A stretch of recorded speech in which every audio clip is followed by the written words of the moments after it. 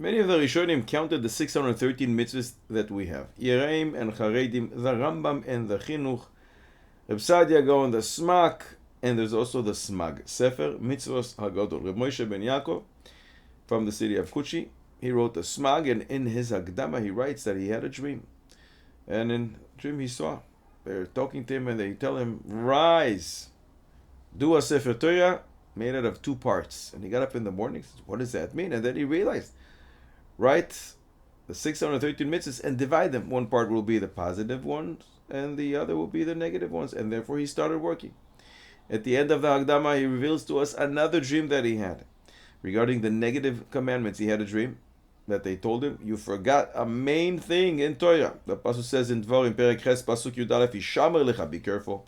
Ben tishkach es Hashem Elokecha, lest you forget HaKadosh Baruch Hu, your God. So he says, I wasn't intending to include this Pasuk, and I saw that the Rambam didn't include it as well in his count, but I got up in the morning and I looked into it, and I saw that in fact, it is a major yesod, major principle in Torah.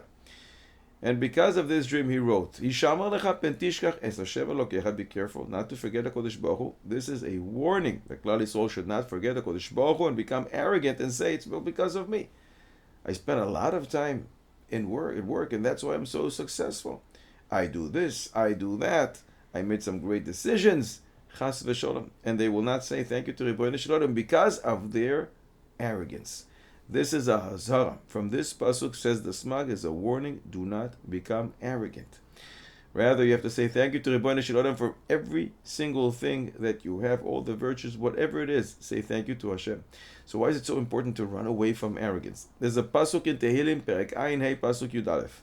V'chol karnei reshaim agadeya, teromamna karnos tzadik. Literally translated, and all the horns of the wicked I will cut off.